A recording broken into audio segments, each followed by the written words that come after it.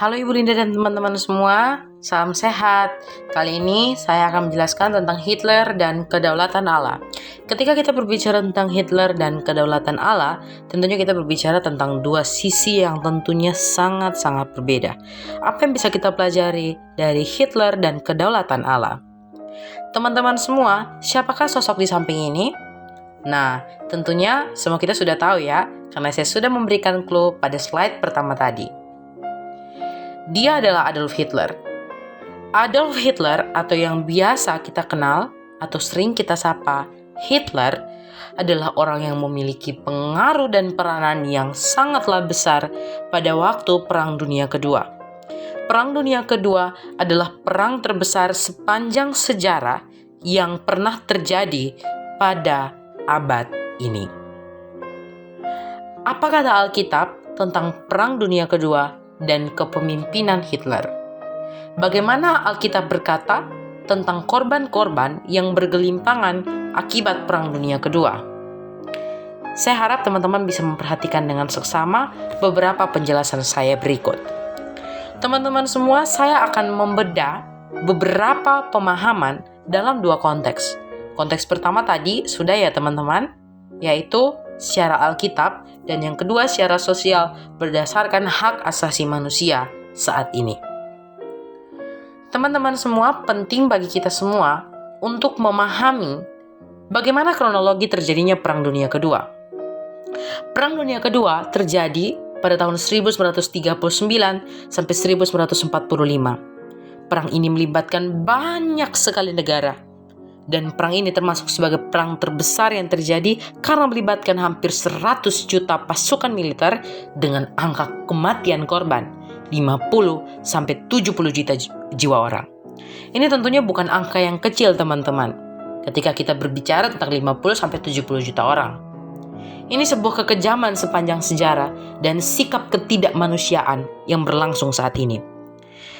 Hitler dipilih sebagai seorang pemimpin partai Nazi setahun setelah 1920 Partai Nazi didirikan. Pada tahun 1934, Hitler kemudian memproklamasikan dirinya sebagai Führer dari Reich Jerman. 1932, partai ini menjadi pemenang pemilu dengan presentasi suara 48,5%. Dan kemudian Hitler diangkat menjadi Reichskanzler. Dan pada tahun 1934, seperti yang saya katakan tadi, dia memimpin Jerman. Teman-teman semua, Perang Dunia Kedua menjadi latar belakang awal dari ketidakmanusiaan yang terjadi pada waktu itu. Perang Dunia Kedua merupakan balasan dari Perang Dunia Pertama, karena Hitler dalam hal ini Jerman tidak menerima kekalahan yang mereka terima dari Perang Dunia Pertama. Mereka membuat sebuah sistem dengan memupuk militansi mereka selama 6 tahun lamanya untuk mempererat barisan dan bersiap untuk melakukan perlawanan berikutnya. Teman-teman semua, penting bagi kita juga untuk mengetahui bahwa sistem negara kediktatoran yang waktu itu dialami oleh Jerman memiliki sikap yang vertikal. Artinya seluruh kekuasaan bersifat secara vertikal dan terpusat mendapatkan instruksi langsung dari pemimpin mereka. Dalam hal ini adalah Hitler.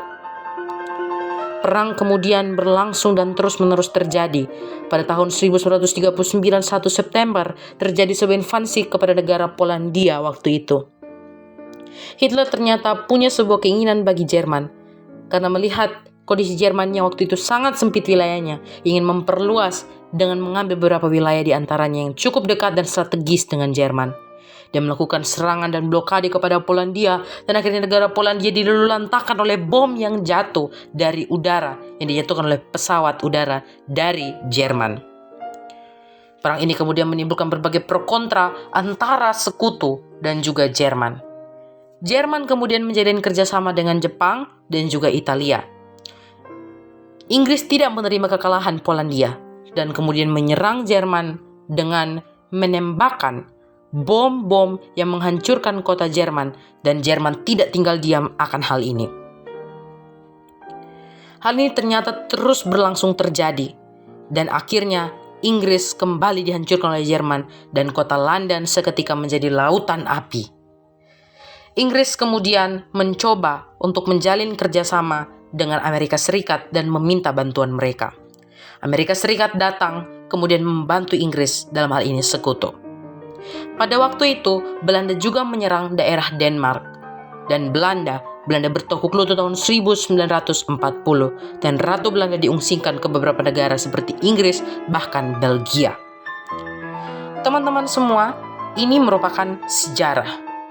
Dan jika kita perhatikan, kekalahan Jerman adalah akibat mereka terlalu arogan dan sombong sehingga mudah dikalahkan oleh Amerika waktu itu. Jerman akhirnya dikalahkan oleh Amerika, dan Jepang serta Italia juga diluluhlantahkan oleh Amerika dengan dijatuhkannya bom Hiroshima Nagasaki di Jepang waktu itu. Penandatanganan kesepakatan menjadi pusat dan menjadi akhir dari perang ini. Kemudian Hitler dalam kepemimpinannya menghilangkan diri dengan cara bunuh diri. Sejarah mencatat 50-70 juta orang menjadi korban atas peristiwa ini. Di antaranya adalah mereka, orang-orang Yahudi yang dibunuh secara massal. Teman-teman semua, berdasarkan kronologi yang sudah saya jelaskan, ada beberapa fakta yang bisa kita perhatikan di sini. Yang pertama, ada fakta pemberontakan. Fakta pemberontakan yang berlangsung dari Perang Dunia Pertama dan Perang Dunia Kedua, di mana Jerman enggan untuk kalah, menerima seluruh konsekuensi yang ada. Jerman terus berusaha untuk memimpin, menghalalkan segala cara untuk menyerang lawan mereka. Dan yang kedua, ada pembunuhan kaum Yahudi. Pembunuhan kaum Yahudi dilatar belakangi oleh sikap kepahitan yang dimiliki oleh Hitler. Sehingga pembunuhan kaum Yahudi secara massal pada waktu itu merupakan bentuk balas dendam dari kekelaman Hitler. Orang-orang Yahudi memiliki masa kelam bersama dengan Hitler pada waktu itu. Sehingga Hitler dalam hal ini ingin menghancurkan orang Yahudi untuk memperlancar siasatnya untuk membangun sebuah bumi baru tanpa orang-orang Yahudi. Hitler dengan kekejamannya kemudian mulai membunuh orang-orang Yahudi. Berdasarkan sebuah film yang saya tonton yang berjudul The Pianist, menjelaskan tentang betapa kejamnya Hitler mempekerjakan orang-orang Yahudi, melakukan tindakan diskriminasi kepada mereka, dan melakukan pembunuhan massal kepada mereka secara hidup-hidup. Tentu ini sangat tidak manusiawi dan tidak masuk akal. Bagaimana mungkin seorang pemimpin bisa memberikan sebuah teladan yang buruk dengan cara yang tidak manusiawi? Tentunya teman-teman semua, ini sangat melanggar kehendak Allah dan ini di luar kedaulatan Allah. Dalam artian, kita mesti memahami bahwa terkadang dalam kedaulatan dan kehendak Allah, manusia seringkali memanfaatkan kondisi yang ada untuk menguatkan dan juga mempertegas keinginan mereka sebagai inti, bukan kehendak dan kedaulatan Allah. Dari 3 fakta ini, kita belajar tentang kepemimpinan Hitler dan juga sistem Perang Dunia Kedua. Semua dilatar belakangi oleh satu masalah, iri hati. Dan juga yang kedua, dilatar belakangi oleh perasaan kepahitan akibat ada pengalaman buruk yang berlangsung sebelum peristiwa ini terjadi. Teman-teman semua, bagaimana kita melihat ini dari sisi Alkitabiah? Sudah saya perjelas tadi bahwa ini adalah otoritas Allah. Artinya Allah memiliki kekuasaan secara universal dalam kehidupan siapa saja. Dan Allah juga memiliki kehendak yang bersifat totalitas. Sekalipun dalam Perang Dunia Kedua, Allah punya otoritas, punya kehendak untuk memulai dan untuk mengakhiri, untuk mengiyakan dan untuk meniadakan. Sungguh luar biasa bukan kedaulatan dan otoritas Allah dalam kehidupan manusia? Teman-teman semua, apa kata Alkitab tentang hal ini? Segala sesuatu ada waktunya, dan segala sesuatu atas izin Tuhan, datang pergi atas izin Allah. Artinya bahwa dalam peristiwa Perang Dunia Kedua, Allah juga berdaulat atas peristiwa ini. Tetapi bukan berarti kedaulatan Allah seringkali hanya membawakan kedukaan dan kepahitan. Allah memang mengizinkan kedukaan dan kepahitan. Tapi jika demikian pemahaman kita, maka sesungguhnya kita terlalu dangkal untuk memahami kehendak Allah di dalam kehidupan kita. Karena seperti yang saya katakan tadi, terkadang Allah berdaulat melalui kehendak dan kuasanya, tetapi manusia seringkali mempergunakan hal tersebut untuk memenuhi keinginan diri mereka sendiri dan meniadakan kehendak ataupun kedaulatan Allah. Sangat miris bukan teman-teman semua kita melihat kasus ini dari segi Alkitabiah, tentang bagaimana Allah berdaulat dalam Perang Dunia Kedua dan kepemimpinan Hitler. Alkitab juga memberikan kepada kita sebuah jaminan bahwa sesungguhnya Allah adalah seseorang yang bisa melakukan apapun dan tidak ada yang mustahil bagi Allah, karena Dia Tuhan atas segala makhluk ciptaannya. Yang kedua, bahwa Dia mau memberikan kepada kita sebuah penguatan untuk tidak perlu takut, tetapi ketakutan itu kita pakukan di dalam salib Kristus untuk menaikkan permohonan doa dan ucapan syukur kepada Dia. Dan yang ketiga, kita tidak perlu takut karena sehelai rambut pun dihitung oleh Dia dan kita jauh lebih berharga daripada burung pipit. Karena itu dari 3 referensi ayat Alkitab ini, kita bisa belajar bahwa Perang Dunia Kedua sekali lagi ada dalam genggaman tangan Tuhan. Tapi terkadang manusia memutarbalikkan kehendak dan kedaulatan Allah untuk keinginan dan kepuasan diri mereka sendiri. Seperti motivasi Hitler, Allah mengizinkan perang dunia terjadi. Tetapi Allah tidak mengizinkan jutaan nyawa melayang begitu saja. Semua kembali lagi kepada motivasi manusia untuk memuaskan keinginan diri mereka sendiri. Ini poin penting yang mesti kita pelajari secara bersama-sama.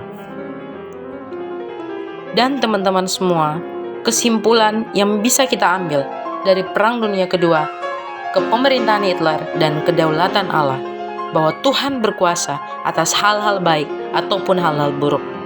Tetapi, reminder bagi kita, jangan sampai kita terlalu dangkal memahami kuasa Allah. Sebab terkadang kuasa Allah disalahgunakan oleh manusia untuk memenuhi keinginan diri mereka sendiri. Sekian presentasi dari saya. Terima kasih banyak untuk teman-teman semua yang boleh mendengarkan presentasi saya tentang Hitler dan kedaulatan Allah. Kiranya Tuhan terus dimuliakan melalui segala cara yang ada, sebab Dia berdaulat atas kehidupan kita. Soli Deo Gloria. Shalom.